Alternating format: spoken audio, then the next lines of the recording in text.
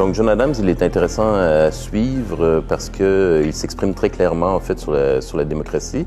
Et lui, il est intéressant parce qu'avec d'autres, James Madison et d'autres, il dit clairement qu'il ne veut pas fonder une démocratie. Et il associe la démocratie aux pauvres. Et il considère que dans une société bien ordonnée, il faut que ce soit les membres de l'élite, la mieux éduquée et les gens qui ont une certaine richesse qui doivent être ceux aussi qui prennent les décisions. Évidemment, il faut que ce soit des hommes et pas des femmes. Et donc, en ce sens-là, il est un très bon exemple de ces pères fondateurs de ce qu'on pense être des démocraties qui étaient en fait ouvertement antidémocrates. Comment expliquer qu'un régime fondé par des gens qui disent ne pas fonder une démocratie en vient à être nommé démocratie par sa propre élite.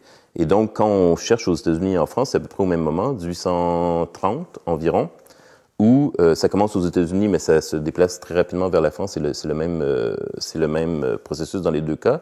Vous allez avoir, au niveau des élections, des candidats. Donc, dans le cas des États-Unis, ça va être Andrew Jackson, qui va être le premier à se dire démocrate,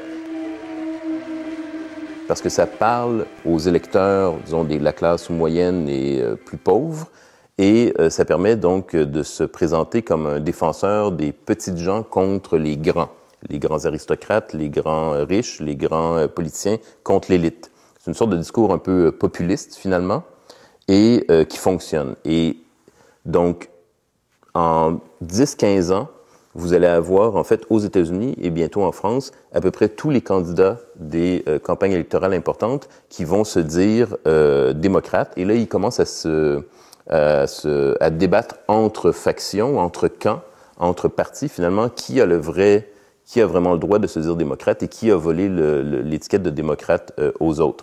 Et ils sont tout à fait conscients, donc à l'époque, que c'est un jeu de mots, finalement. C'est un jeu rhétorique pour séduire les électeurs.